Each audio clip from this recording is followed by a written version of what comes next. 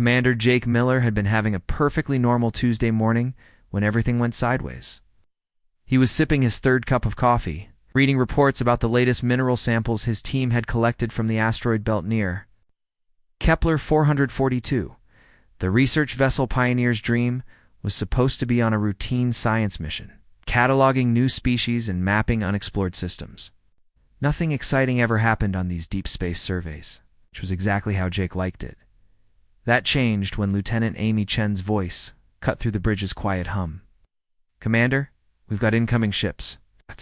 Multiple contacts, bearing 2-7-Mark-4. Her fingers danced across the sensor controls, pulling up readings that made her frown. "These aren't human vessels, sir. The energy signatures are completely unknown." Jake set down his coffee mug and moved to the main view screen. What he saw made his breath catch in his throat. 3 ships approached their position, but calling them ships felt inadequate. It looked like someone had carved massive diamonds from pure crystal and somehow made them fly.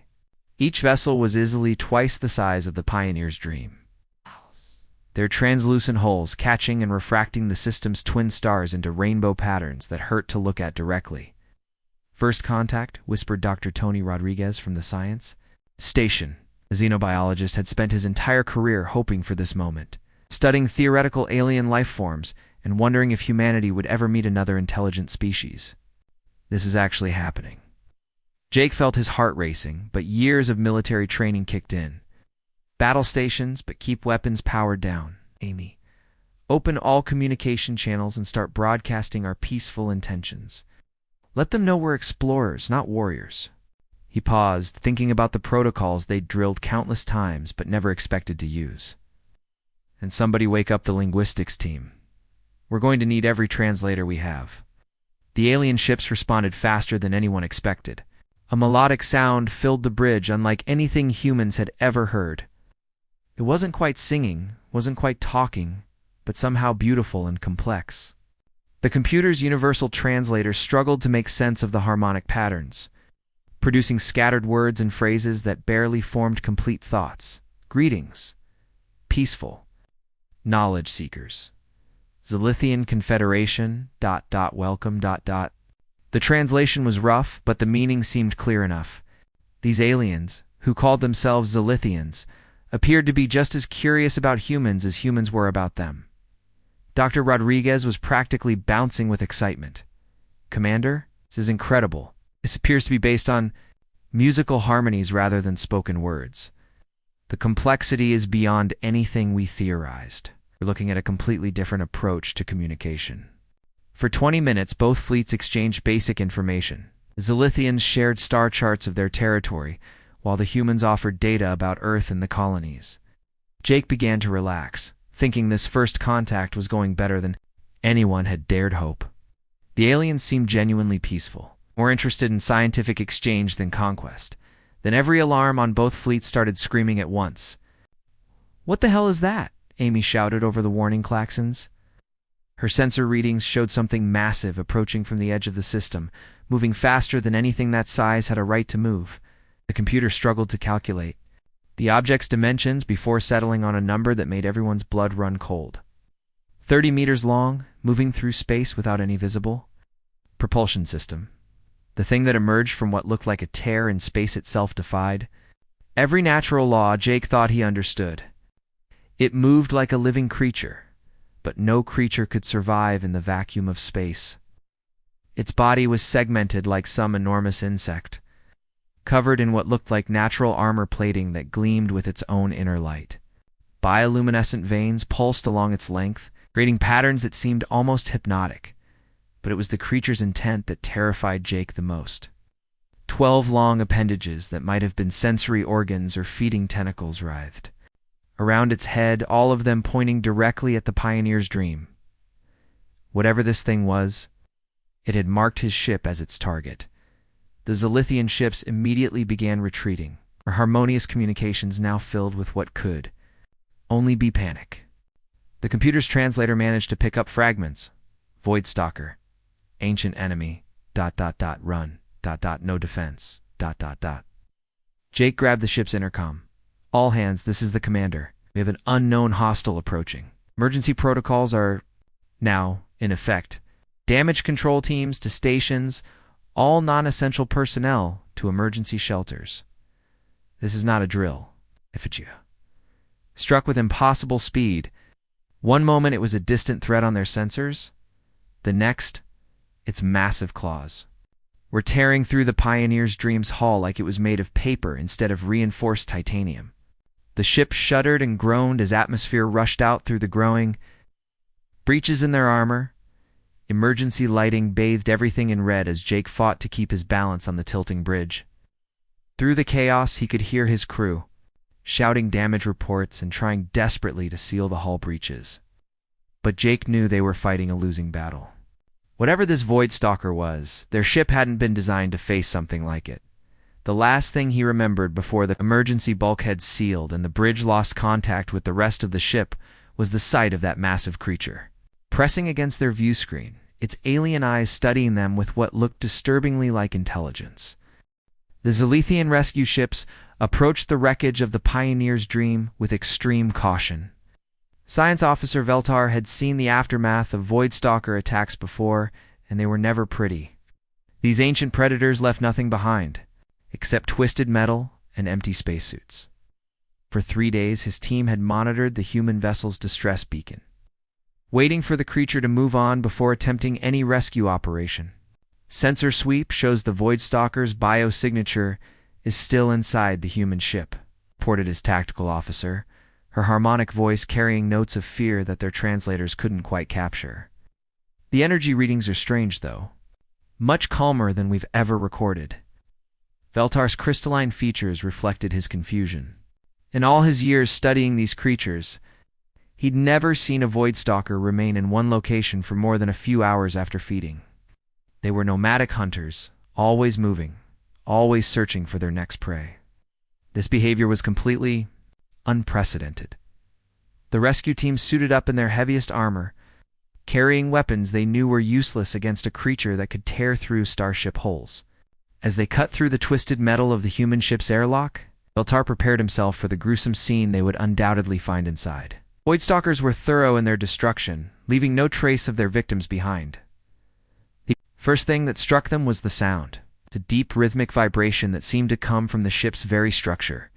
Veltar had heard that sound before in ancient recordings, but never from a living Void Stalker. It was the sound they made when content, when feeding on particularly satisfying prey. The rescue team exchanged worried glances through their helmet visors. They made their way through the ship's damaged corridors. Following the bio readings deeper into the vessel, emergency lighting cast eerie shadows on the walls and the air. Recyclers struggled to maintain atmosphere in the compromised sections. The Void Stalker's signature grew stronger with each step, till they reached what had once been the ship's main cafeteria. What Veltar saw when he peered around the corner would haunt his dreams for years to come, but not for the reasons he expected. The Void Stalker was there, all 30 meters of segmented death coiled in the center of the room. But instead of feeding on human remains, the creature was curled up like some enormous pet. Its bioluminescent veins pulsing with soft blue and green light that Veltar had never seen before, and sitting right next to it, completely unprotected, was a human female. Dr. Beth Thompson looked up from the protein bar. She was unwrapping and smiled at the rescue team as if this was the most natural thing in the world. Her brown hair was tied back in a messy ponytail. Her laboratory clothes were torn and stained, but she appeared completely unharmed. More than that, she seemed relaxed, comfortable even, as she sat cross-legged beside the galaxy's most feared predator. "Oh, hello there," she said in perfect standard Galactic, which surprised Veltar since humans had only learned the language weeks ago during first contact. "You must be the rescue team. Sorry about the mess. Rex here was just really hungry and scared when he first arrived. Weren't you, boy?" She reached out and scratched behind one of the creature's sensory fronds, the same appendages that could detect prey from light years away. The Void Stalker responded by nuzzling her hand like some enormous, deadly pet. Its bioluminescent patterns shifted and swirled, creating colors that Veltar people associated with contentment and affection. Veltar managed to stammer. Through his translator, his harmonic voice cracking with disbelief, "You named it. Beth unwrapped another protein bar and held it out to the creature, who took it delicately with appendages that could crush starships. Well, I couldn't just keep calling him the Void Stalker, could I? That seemed rude. He responded well to Rex, so that's his name now. The rescue team stood frozen in the doorway, their weapons forgotten, their minds struggling to process what they were witnessing. Veltar had spent decades studying Void Stalkers, had written academic papers on their hunting patterns and feeding habits. Everything he thought he knew about these creatures was being turned upside down by a human xenobiologist who was treating a cosmic nightmare like a friendly dog. "How was all?" Veltar could manage to ask. Beth looked genuinely puzzled by the question. How what? Oh, you mean how did I figure out what he needed? She gestured to the creature, who was now making that deep purring sound again, the vibrations making the deck plates hum beneath their feet. It wasn't that complicated, really. I just applied basic animal psychology. Rex was displaying classic signs of stress and isolation: aggressive behavior, territorial marking, excessive hunting, all symptoms of a social creature that's been alone too long. She pulled out a tablet that had somehow survived the attack and showed Veltar her notes. Charts and graphs covered the screen, documenting behavioral patterns and responses. Look at these readings. What? His bioluminescent patterns, his vocalizations, even his body language. Everything pointed to loneliness, not malice. He wasn't attacking ships because he was evil. He was trying to find others like himself. The Void Stalker Rex shifted position, moving closer to Beth with movements so gentle they seemed impossible for something his size. His massive head came to rest near her lap, and she absently stroked the armored ridges along his skull while she talked. The first day was rough, Beth admitted. He was scared, confused, probably hadn't eaten properly in weeks. But once I established a feeding routine and showed him I wasn't a threat, he calmed down significantly. By day 2, he was letting me examine his injuries. By day 3, we were best friends. Veltar's world had just shifted on its axis. The creature that had terrorized Zilithian space for decades, that had destroyed countless ships and ended thousands of lives, is purring contentedly while a human scratched behind its ears. The implications were staggering, and he wasn't sure his people were ready to accept them. The Zilithian research vessel's conference room had never hosted a meeting quite like this one.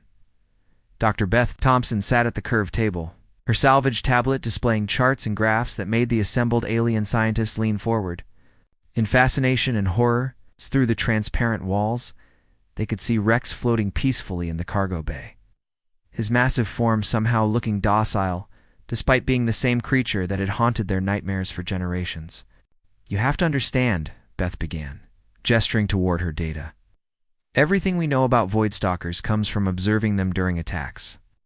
We've never had the chance to study their natural behavior when they're not stressed or hunting." She pulled up a video she'd recorded during those first crucial hours. "Look at this footage from day 1. See how his sensory fronds are constantly moving, scanning for threats. That's not predatory behavior, that's anxiety." Captain Mike Harrison nodded grimly from his seat across the table. He was the only other human survivor from the Pioneer's dream. The past 3 days had changed his entire understanding of the universe. "I thought she'd lost her mind at first," he admitted to the Zilithian team.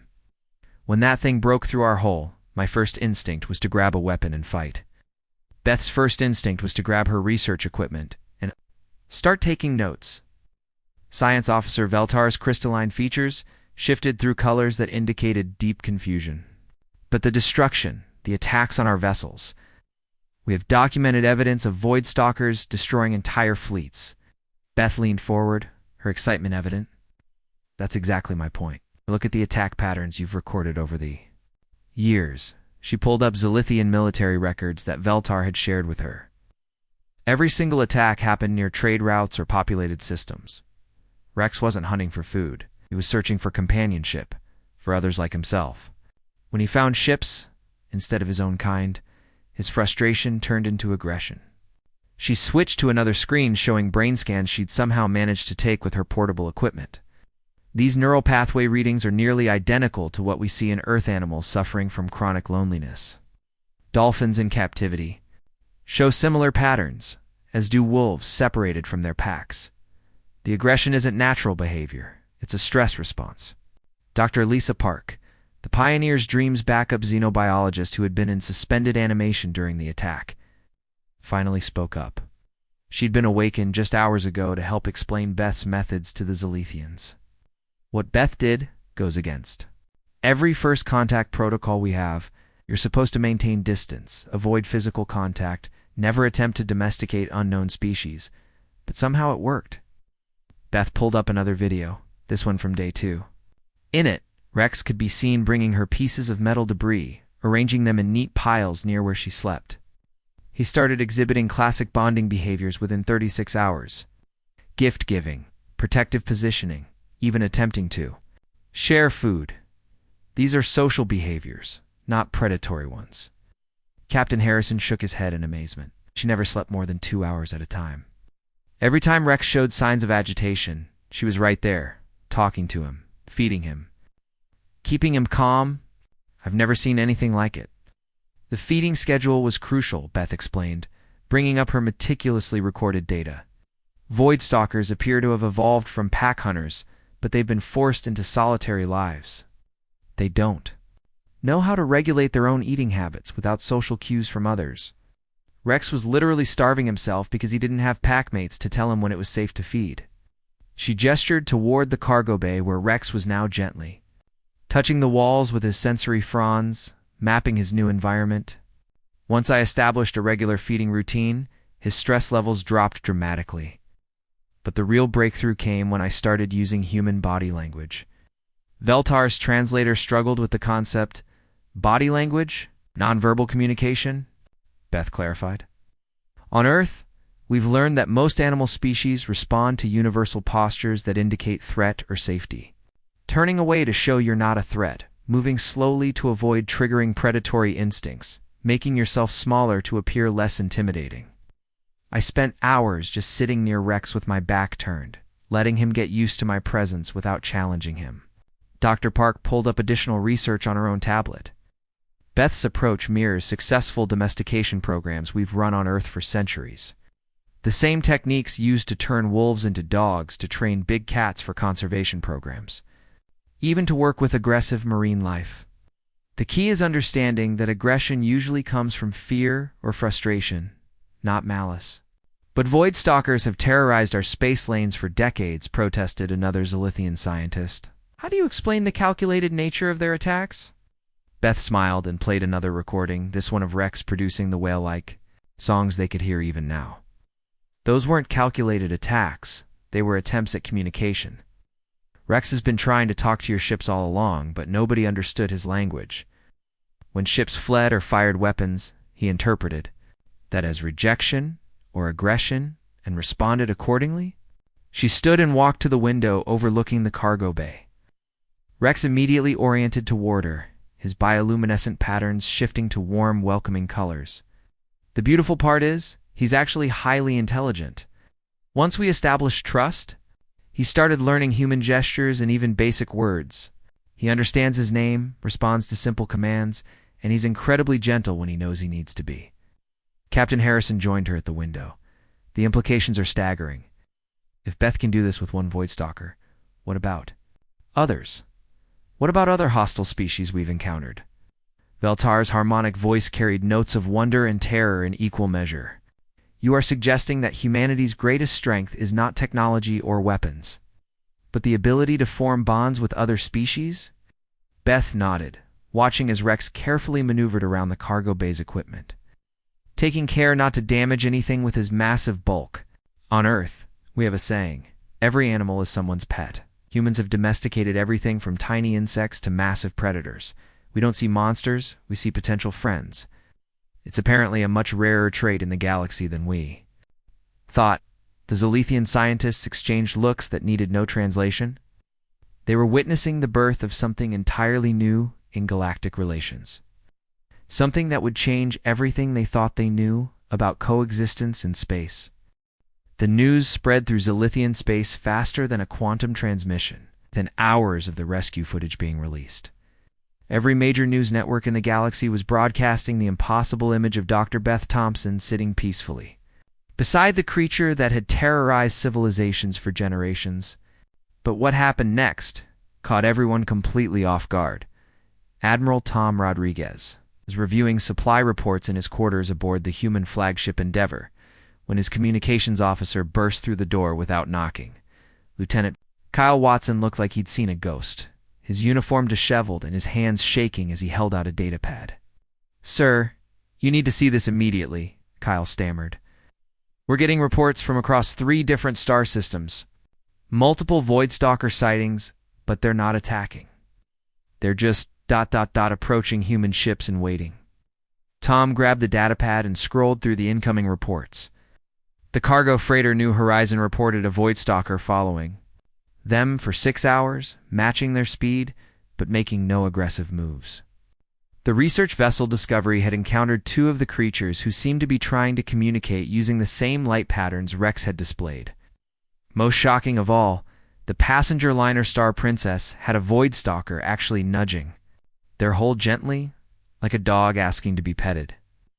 "Get me a direct line to Earth Command," Tom ordered, "and patch me through to the Zilithian High Council. We're going to need an emergency session."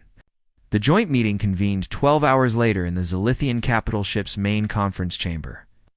The room was a marvel of crystal architecture, with holographic displays showing real-time data from across the galaxy. Council Speaker Mordeth presided over the gathering, her harmonic voice carrying undertones that the human translators were still learning to interpret. "The situation has evolved beyond our most optimistic predictions," Mordeth announced to the assembled representatives. "In the past 7 standard days, we have received 43 separate reports of Voidstalker encounters with human vessels. Not one has resulted in violence." Dr. Lisa Chen, Earth's leading expert on interspecies psychology, stood to address the council. She'd been rushed from her laboratory on Mars to help handle this unprecedented situation. "We're dealing with something we never anticipated," she began, pulling up footage from the various encounters. "These creatures appear to be using a form of chemical communication that humans are unconsciously responding to." She gestured to brain scans displayed on the holographic projectors. "When humans encounter Voidstalkers now, their stress hormones remain stable. Instead, we're seeing increased production of oxytocin and dopamine, the same chemicals associated with bonding and companionship. It's as if both species are naturally compatible on a biochemical level." Admiral Rodriguez shared his own concerns with the gathered officials. "My xenobiology teams are overwhelmed. We have 17 different Voidstalkers requesting what can only be described as adoption. Each one is exhibiting the same behaviors Rex showed, seeking food, companionship, and interaction with human crews." The implications were staggering. Captain Diana Foster, commander of the research vessel Pathfinder, had been in contact with a Voidstalker for 3 days straight. "My crew calls her Stella," Diana reported via holographic transmission. "She's been teaching us her communication patterns, and we're starting to understand basic concepts. She's not just intelligent, she's eager to learn about us." Oh, but it was Dr. Robert Kim, a military strategist from Earth Defense Command, who voiced what everyone was thinking but afraid to say. "If humans can form bonds with Voidstalkers this easily, what does that mean for galactic security? These creatures have been considered biological weapons of mass destruction. Now they're becoming humanity's allies." The Zilithian military representative, General Hackstar, expressed his people's growing amazement and concern. "For 3,000 years, Voidstalkers have been the ultimate threat in our space. Our entire defense strategy has been built around avoiding them. Now we're watching human children draw pictures of them and name them like pets." Dr. Chen presented her most startling findings to the council. Preliminary analysis suggests that humans possess a unique neurological trait that allows for rapid pack bonding across species barriers. On Earth, we've documented humans forming emotional connections with everything from dolphins and whales to apex predators like sharks and bears. We thought this was limited to Earth species, but apparently it extends to alien life forms as well. She pulled up comparative brain scans from various Earth animals and their human handlers. The neural pathways are nearly identical.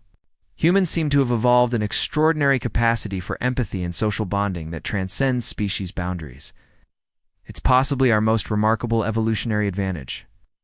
The military implications weren't lost on anyone in the room. Fleet. Admiral Janet Peterson, Earth's highest-ranking military officer, addressed the elephant in the room directly. If humans can domesticate voidstalkers, what other supposedly hostile species might we be able to befriend? The entire concept of biological warfare becomes meaningless if we can turn weapons into allies. Reports were already coming in from other sectors of space. The crystalline entities near the Vega system, long considered impossible to communicate with, had begun responding to human diplomatic vessels. The plasma-based life forms in the Centauri region were showing interest in human energy signatures rather than consuming them. Council Speaker Mordith's harmonic voice carried notes of profound revelation. We are witnessing a fundamental shift in galactic relations. Humans are not just another spacefaring species. They are bridge builders, capable of forming connections where we saw only hostility. Dr. Chen concluded her presentation with a warning that sent chills through both human and Zilithian representatives. We need to be careful about how we proceed. This ability could be incredibly valuable for peaceful exploration and diplomacy, but it also makes humans incredibly powerful. In the wrong hands, the ability to turn any creature into an ally could destabilize entire star systems. Admiral Rodriguez nodded grimly. We're already establishing protocols for Voidstalker integration, but we need to expand our thinking. If humans can befriend the galaxy's most feared predators in less than a week, we need to completely rethink our approach to alien contact. The meeting ended with more questions than answers. But one thing was clear. Humanity had just revealed a superpower that would reshape the galaxy's understanding of what was possible between different species. The age of assuming any alien life form was permanently hostile had ended, replaced by the radical idea that everything in the universe might just need a friend. The observation deck of Harmony Station offered the best view in 3 star systems, and Dr. Beth Thompson never got tired of watching the daily patrol exercises. 6 months ago, the sight of 7 Voidstalkers moving in perfect formation would have sent entire fleets running for their lives. Now, she watched with pride as Rex led his newly formed pod through their morning routines. Their massive forms gracefully weaving between the station's support structures. Formation Delta 7, execute turn on my mark, came the voice of Lieutenant Diana Walsh through the communications system. Diana had become the primary Voidstalker coordinator. After showing an unusual talent for interpreting their bioelectric signals, the creatures responded immediately, their bioluminescent patterns flashing in acknowledgement before they shifted into a complex defensive pattern that would have taken human pilots months to master. Commander Jake Miller joined Beth at the viewport, carrying his morning coffee and a stack of reports that seemed to grow thicker every day. The man who had once commanded a simple research vessel now found himself coordinating the most unusual military force in galactic history. The Andorian Prime Minister wants to know if we can spare a couple Voidstalkers for their shipping routes, he said, setting down his coffee. Pirate activity in their sector has increased 30% since word got out about our success here. Beth watched as Rex performed a particularly graceful spiral maneuver, his sensory fronds extended to detect the faintest trace of dark matter particles. How many requests is that this week? She asked, though she already suspected the answer would be overwhelming. 47, Jake replied with a weary smile. Every major trading corporation, 3 different governments, and at least a dozen independent colonies want Voidstalker protection. The demand is so high we could probably charge whatever we wanted, but that's not really the point of this program. The point, Beth reflected, had evolved far beyond what any of them had originally imagined. What started as an accidental first, contact had become the foundation for an entirely new approach to galactic security and cooperation. The Human Zilithian Conservation Corps wasn't just about taming dangerous creatures anymore. It had become a model for how different species could work together to solve problems that seemed impossible when faced alone. Captain Mike Harrison approached from the elevator, tablet in hand, and a grin on his weathered face. Mike had taken to his new role as operational coordinator with enthusiasm that surprised everyone, including himself. You're going to love this, he announced, pulling up the latest efficiency reports. Rex's team just completed their 15th successful convoy escort this month. 0 attacks, 0 losses, and the shipping companies are reporting record low insurance premiums for protected routes. Through the transparent aluminum walls, Beth could see Rex's pod spreading out in a search pattern that covered thousands of cubic kilometers of space. Their ability to detect threats was beyond anything human technology could match. They could sense the electromagnetic signatures of hidden ships, track the heat patterns of cloaked vessels, and even identify the specific chemical compositions of different species from incredible distances. The Zilithians are calling it the Great Peace, Jake mentioned, scrolling through diplomatic messages on his own tablet. Council Speaker Mordith says Voidstalker attacks have dropped to 0 across their entire territory. Ships that were once prey are now under the protection of their former predators. What made the transformation even more remarkable was how quickly the Voidstalkers had adapted to their new roles, and his companions seemed to genuinely enjoy their work, taking pride in successful missions and showing what could only be described as disappointment when they weren't needed for active duty. They had formed complex social bonds not just with their human handlers but with each other, creating a support network that helped them thrive in ways they never could as solitary hunters.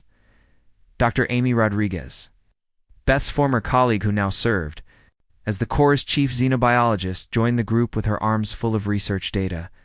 "The neural development we're seeing is unprecedented," she announced excitedly.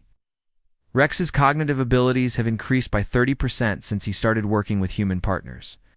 The social stimulation is literally making them smarter." Beth wasn't surprised by the findings. She'd observed similar changes in Earth animals when they were given proper social environments and mental challenges. "What about the new arrivals?" she asked, referring to the 3 Voidstalkers who had joined the program just last week. "Bella, Storm, and Comet are adapting beautifully," Amy reported, using the names the human staff had given the newcomers. "They're already responding to basic commands and showing strong bonding behaviors with their assigned handlers. I think we'll be able to integrate them into active duty within another month." The success of the program had attracted attention from across the galaxy, but it had also raised important questions about the future of human-alien relations. Dr. Patricia Kim, the Corps' chief psychologist, had spent months studying the bonding process between humans and Voidstalkers, trying to understand exactly what made the relationship work so well.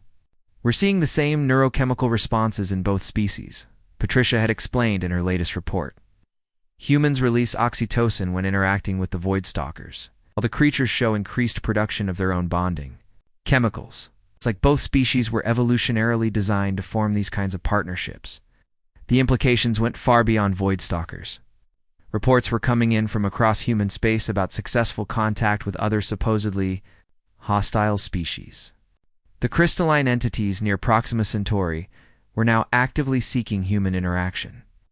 The energy beings in the Veil Nebula had begun sharing their knowledge of faster-than-light travel. Even the notoriously aggressive Thorian Empire had requested human mediators for their ongoing territorial disputes. "Commander?" Miller's communication device chimed with an incoming message from Earth Command. "Looks like we're getting another diplomatic mission," he announced after reading the transmission.